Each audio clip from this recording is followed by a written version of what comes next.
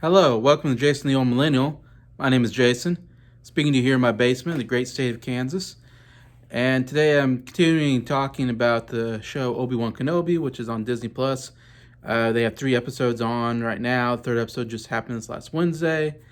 There's only 6 episodes left, so we're halfway through the series. And I talked about it a couple videos ago, kind of talking about the first 2 episodes and how I was kind of disappointed with what they were doing. It was kind of boring, unexciting. And as I watched the third one, I still pretty disappointed with the show. And we're halfway through, and we can all kind of get a sense of the tone of the show now, even though it's almost over. It feels like just as it begun. And I don't know. I still feel like I'm not sure what the thought process was on bringing Obi-Wan Kenobi into a show, except that they got to have Ewan McGregor come back, which was great. That was a great get to get him to come back and play the iconic character. That was interesting, and that he agreed to it. Um, but my problem with Obi-Wan Kenobi, a couple things. Uh, what is what is the reason to make a show about Obi-Wan Kenobi in between this time period where really nothing that we knew before happened, except that he was watching Luke and Tatooine, I guess, and protecting him maybe, and maybe train him someday to join the rebellion and fight the Empire, and that he was a hope that he'd be strong in the Force maybe, and he'd be able to fight the Empire or something, and be a great asset. I don't know. Uh, but I was thinking a lot about the show and how when it first was announced, it was very confusing, I think, to me and a lot of Star Wars fans. Because I remember they had this big, Disney. They're talking about all the Disney shows that are coming in the future. This was a couple of years ago, at least, and it was there that they announced Obi-Wan Kenobi was going to be a TV show. And I remember at the time thinking Obi-Wan Kenobi is a TV show. That didn't make sense. What more can we talk about this character? We know how, if you're looking at the prequels, we know how, his journey from a Padawan to a Jedi Knight to being on the Council, in fact. I mean, rising up one of the most powerful Jedis. And then in New Hope, of course, and we see he was an older man and how he finally gets to train Luke and go help the rebellion, and then how he mentors towards Luke as a Force ghost. And so, what more can we talk about this character? So it was like, and then of course when they announced Ewan McGregor is going to be in there, and it was kind of like, and it announced that it was going to be after the third episode, Revenge of the Sith, and before New Hope.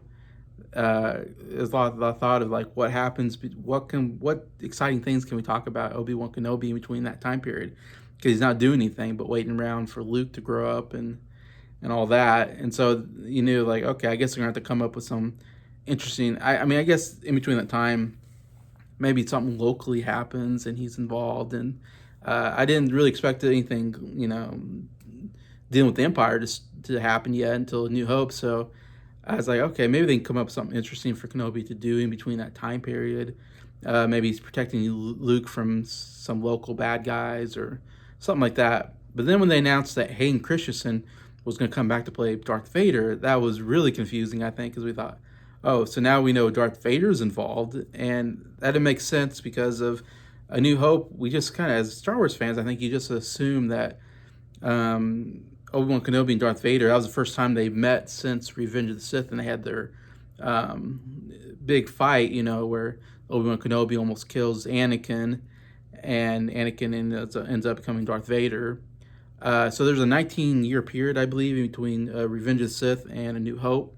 So we assume that they have not, that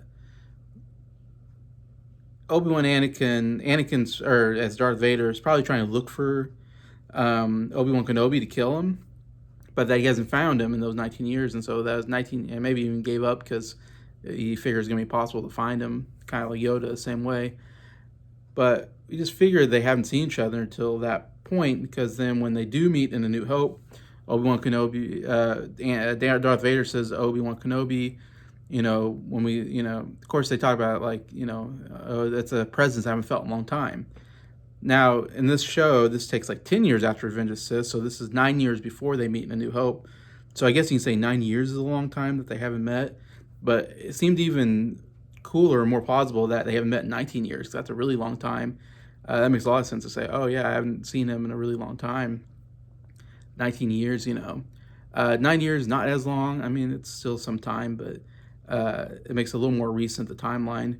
But he does say to Obi-Wan Kenobi, last time we met, you were the master and I was, or something like that, and I was the apprentice.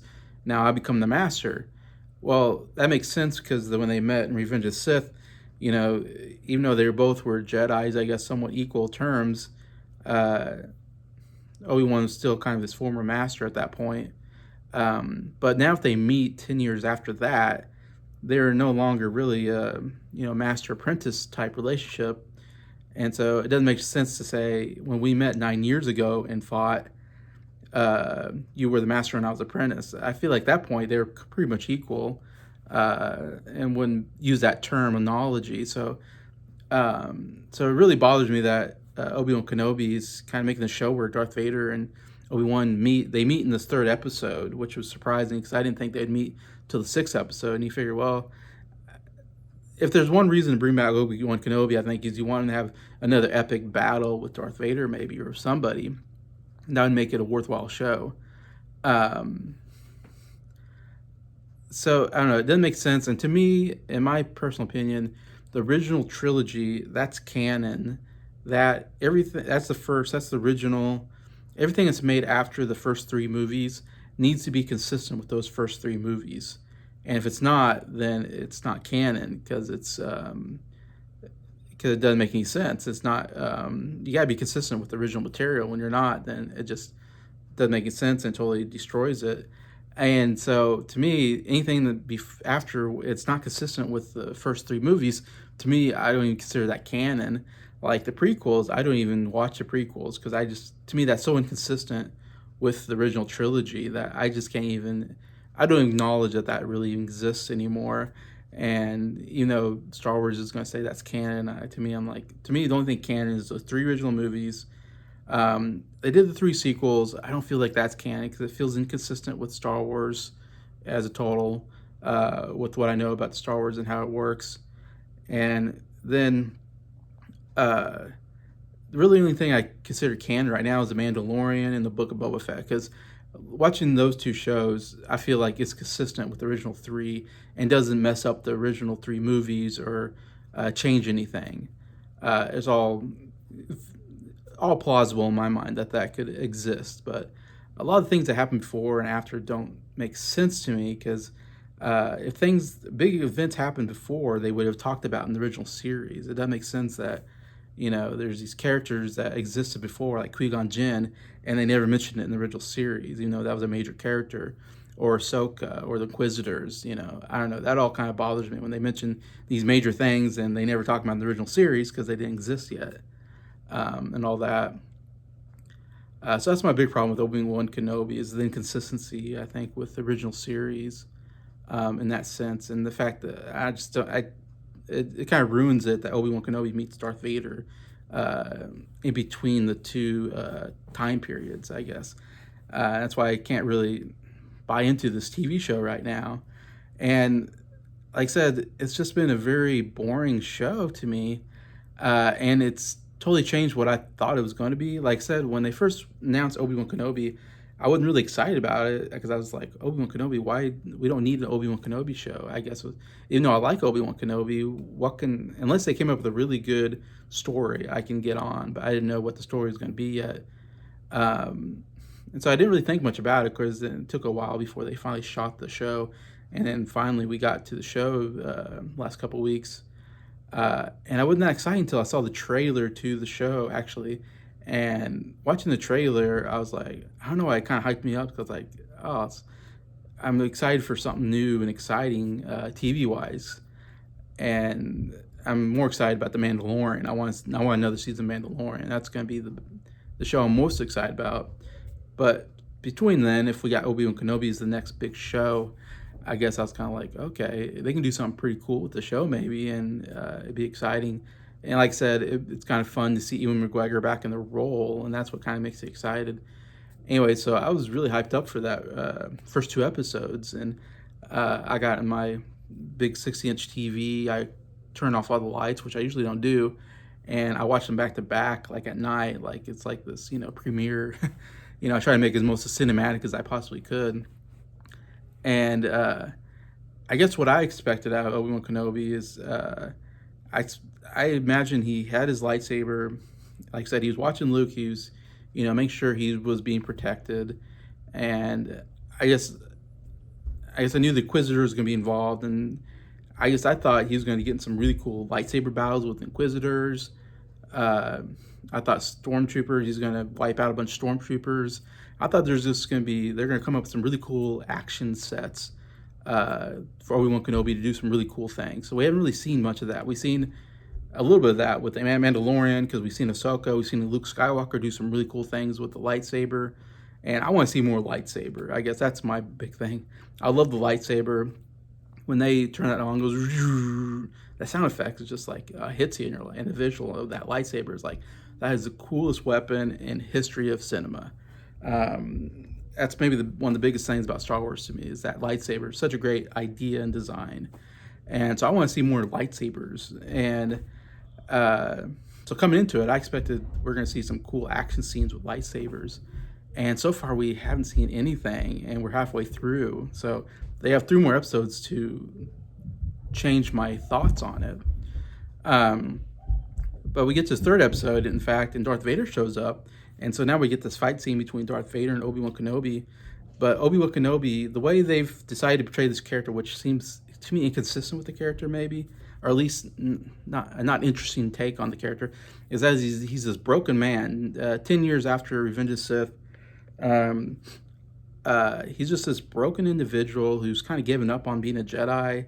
He's buried his lightsaber. He doesn't. He stays away from confrontation, and it's like he's just trying to survive. It seems kind of selfish, cowardly, broken man who does everything just to survive for some reason. For what purpose, I don't even understand really. Just to live in a cave by himself, which seems like a boring life. I expected he had his lightsaber and he was practicing with it, and he was meditating and talking to Qui-Gon Jinn, the Force Ghost, and kind of keep in mind what was going on with the Empire through the Force maybe, and that he was ready to be taking action if anything happened to Luke, that he was ready to jump in and protect him with his lightsaber and all that. But instead we get this guy who does everything he can not to use the Force in 10 years. And so in 10 years, he hasn't used the Force, hasn't used his lightsaber. So he's this rusty Jedi who has trouble using the Force. He has trouble using the lightsaber because he hasn't used it in such a long time, I guess. And I guess if you don't use it in a long time, you kind of, like I said, become rusty and you lose your abilities, because Obi-Wan was great with the Force and he was great with the lightsaber. That was one of his big things in the original, or not original, but the prequel trilogy, if you go by that. And so now you got this guy, he's not using any of his powers. He's reluctant to help people.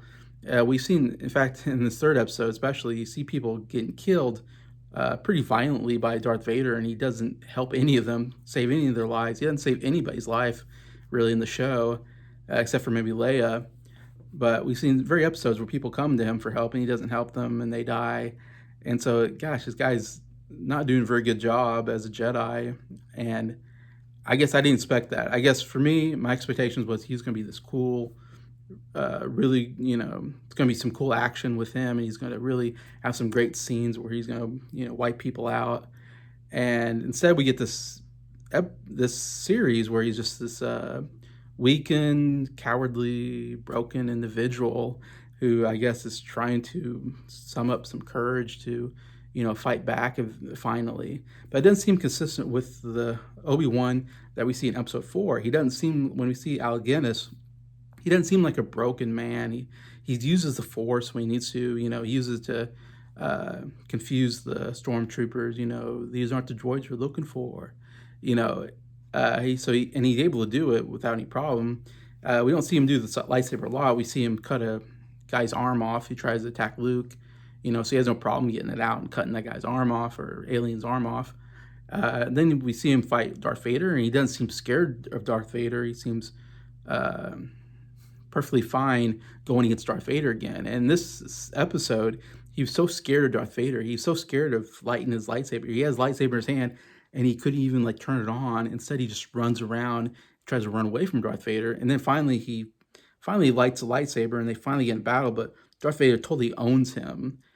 He just looks so scared, and he just has no ability with the lightsaber. He's just getting and Darth Vader's using the Force to choke him and lift him up in the air, which I don't think you should be able to do against a trained Jedi like Obi-Wan. So he makes him look so weak in the show. I don't feel like he's that weak when you give him to Alec Guinness in episode 4. So I mean, I suppose the argument would be that, well, he saw his apprentice turn to the dark side, which is mentally a lot of mental challenges happen to him with that, and then seeing all of his friends die, all the Jedi's get killed in Order of 66, and see the Empire take over, which that's a lot of stressful stuff, and I guess that's where they're going with that. All the stress has broken him as a man, but of course he's a Jedi, so I feel like he's stronger willed than a regular person, but that's what they're going with, that he has like this PTSD from all these bad stuff happening in Revenge of the Sith, which I don't get that in episode 4, that he has that PTSD kind of mentality. And so we're kind of acting, and like I said, he hasn't practiced his Force, so he's weak in the Force, because I guess if you don't practice it, you get weak in it. So I can understand they're saying he has psychological trauma, and that's why he's weakened, but I guess that's just makes him an uncool character. And like, if you're making Obi-Wan Kenobi, why not make him a cool character? That's my opinion. But then we get and that he's afraid to face Darth Vader because that is his former apprentice, and that's again a bunch of psychological drama on him, and so that's why he's struggling throughout the series.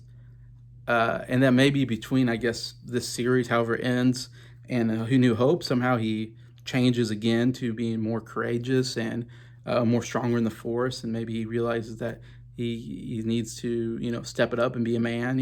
I don't know. Maybe that's the idea, but I like the idea better that he was a strong character throughout that in between period, instead of being a weakened character who needs to strengthen up by episode 4. That'd be more interesting to the character. He hasn't had one fight scene with any. There's been 4 Inquisitors, and they're not that big of a character. I mean, Darth Vader is the big one. So, and there's one Reva who's kind of seems to be the main bad guy in the series. Like, I would love to see at least a fight between the two. Maybe he doesn't defeat her and he runs off, but they have some kind of a fight. They almost did, but then he just runs off cowardly. But there's other Inquisitors. Why not have him get in a really cool, lightsaber fight with one of the Inquisitors and kill them? Maybe, saving Leia or whatever. There's opportunities there to have some lightsaber fights. They have multiple bad guy characters that are Siths that he can fight. So, and I said they got 3 more episodes, but the way they're portraying the character, he can't fight. So I don't get the sense that he's gonna have a good lightsaber fight anytime soon. So that's unfortunate. To me, that's why you bring back Obi-Wan Kenobi, to have a cool lightsaber fight. Also, like, whenever he gets an opportunity to fight anybody, he uses a gun, which he hates using guns. We've seen him say that he hates using guns, or I say guns, laser guns. And he never uses it, of course, in the original series. So it's weird that anytime confrontation comes by and he has a lightsaber, he take the lightsaber out and wipe these stormtroopers out like no business. But instead, he takes his laser gun and has to do a shootout. And it's like, why are you doing a shootout? You're a freaking Jedi. Use your freaking lightsaber. Come on. Use the Force. Throw people around. Throw stuff at people. I mean, use your Force to change people's minds. He has opportunities to go, hey, we're not the people you're looking for. He never even tries it. And it's like, what a wasted opportunity. There's a moment where him and Leia are in the back of this vehicle, and a bunch of stormtroopers, stop by, and they get into the vehicle in this back, kind of like a back truck kind of area, whatever, vehicle, and there's only like four of them maybe, and they kind of almost catch him at lying, and that he might be lying to them, and that he's suspects They suspect him, but he gets out of it. But at that moment, of course, I'm like, oh man, we're gonna see a real cool action scene where, the troopers are gonna pull out their guns. He's gonna pull out his lightsaber and just, either cut off the guns, kill them, uh, deflect the laser beams, and they're kind of in a small area, so it's gonna be kind of cool. Quick action scene in a small area. Like I thought that might be what's gonna happen. That would have been so cool. Like that was a great opportunity. Like if it was me, I would have put like 10 troopers on that truck with him, and then have an opportunity where they're like, oh hey, that's Obi-Wan Kenobi, and they all pull their guns out and have him pull his lightsaber out and just go and wipe them all out. And I've been like, oh man, that was a cool scene, man, I can't wait till the next episode. But instead, he does everything he can not to get in a confrontation. So I'm like, man, I don't even care about the next episode. And it's kind of a series like almost want to wait till the end of the show to just watch them all in order, because now I'm waiting for the next episode going, man, the last 3 aren't that good. I don't know if these will be any good. So, but I'll keep watching just to see. It's like I have some hope that something interesting happens in this episode, the series. So, yeah, to me, 3 episodes in, halfway in, been very disappointing as a show, and not sure what they were thinking putting this show together and what they wanted to accomplish. Because I don't think they're going to do a sequel. I don't think they're going to do any more. I think the idea was that they were just going to do a one-off with Ian McGregor, maybe. Who knows? I do want to say though, they got this character named Reva, played by this actress named Moses Ingram. And a lot of the negativity has been around her, and of course she's a black woman, and you don't see any, and she's a Sith Inquisitor, so you don't see a lot of black women in Star Wars, and especially in a bad guy role. And so that was kind of a big deal, I guess, or that's what they're really talking up this character Reva, and the fact that she's a black woman and all this. And so there's been kind of a backlash because from the conservative side about it, that they're pushing this character too much, and that there's been a lot of